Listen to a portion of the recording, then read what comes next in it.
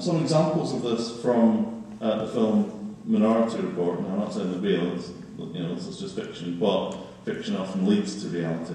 In this, in case anyone hasn't seen the film, in this film, what happens is that people's irises, their eye patterns, are known and recorded in public databases.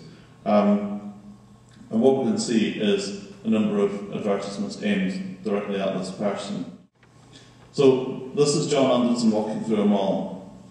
A road diverges in the desert. Nexus. The road you're on, John Anderson, is the one less traveled. Make sure you follow the device.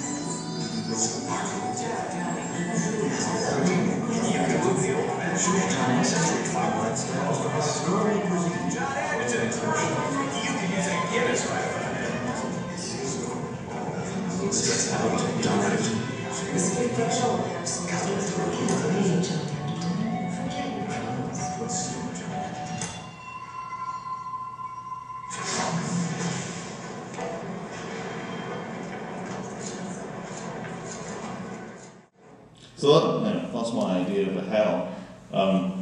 Walking through a mall and people saying, "Hey, Kenneth MacDonald, you could do the Guinness right now," or "Have you test driven the Lexus, Kenneth MacDonald?" All that stuff. Idea of that. But okay, it probably won't be Irish scans. It's probably more likely to be Oyster cards, for the London Underground, when that sort of thing, or contactless payment cards, or when your mobile phones are enabled to be contactless payment devices. We might not be talking about payment, we might just be talking about identifying suitable consumers and trying to serve adverts suitable to them. What happened then in the film was that he actually had an eye transplant, so he ended up with the eyes from Mr. Yakamoto, and that threw out the gap when their holograph greeted them. Hello, Mr. Yakamoto. Welcome back to the Gap. How does assorted tank tops work out for you? That actually gives a very, even though it was faulty because of the eye transplant, that actually gives a very good example of what you can do. If you can identify your customers, you can identify backwards with what they've bought in the past and use that to inform how you advertise to them in the future. There's a lot of ways that people can find out a lot about you. And we'll always be transmitting more and more and more information. And that may be used to market to us. Let's hope not. Let's see.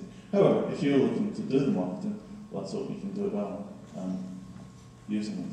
So that's what I've got to say. All the links that I've put are in one of the slides towards the end, as are some sources of information. For those of us who have been doing, online trading through online sites such as eBay, for example, and we decided to start our own web page, either create it or purchase it.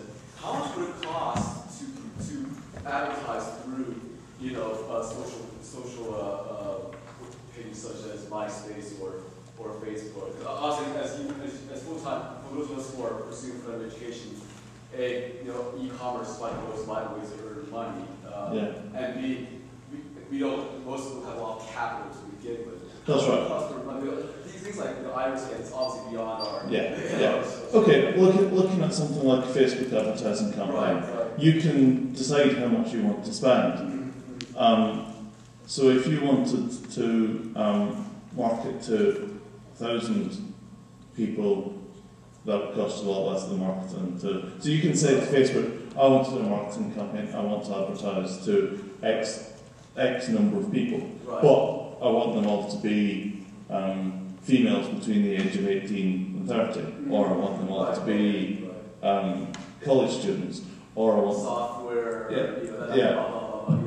or I want them all to be people who work in, I don't know, motor industry or the banking industry or whatever. So it becomes cost effective because you can say, I know you can deliver these to my target audience exactly. more or less. I mean, there are obviously fake profiles on Facebook, but 90% of what you get will be targeted. So if you were advertising through just like a newspaper, that's a very broad scattergun approach. You pay for reaching X number of people, even though only 10% of those might fall within your particular target market.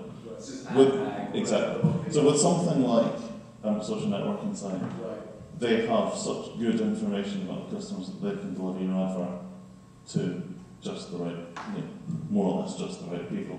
For a monthly charge. Yeah. Or something like Google. With Google AdWords, for instance, you can say, I want to spend X pounds a day. So for instance, the management school where I work, we do that with the MBA program. We say, if someone wants to look for best MBA or top MBA, Google say to us, well, the market price of those terms is £6. If you bid £6, you'll definitely get shown when someone keys in those search terms. What we in the management school said, well, we'll offer 3, and we might not be the first or the second, but we might be the third. After other people have used up their budget, we'll sort of get that. So we get, £3 for every click from all those ads we pay to Google. So the good thing about all these new things is that they are actually cost effective, and you can decide, this is my budget, this is what I want to spend, and target it. Is it a huge time commitment for me? You have to put in the sweat and tears on your so-called web page or so for this. The morning's work to sort of set up the AdWords campaign. It's not a big deal. We monitor it, and might make a few changes every month or so. But yes, because there isn't a huge. Lots of companies haven't gone into marketing to social networks yet, so you can still get quite good deals for pricing from companies like Facebook and so on. They're still trying to grow their advertising customers. Same thing with SMS text messages too. Yeah. Again, that thing with the smart car, it was less than £10,000, and it was very targeted.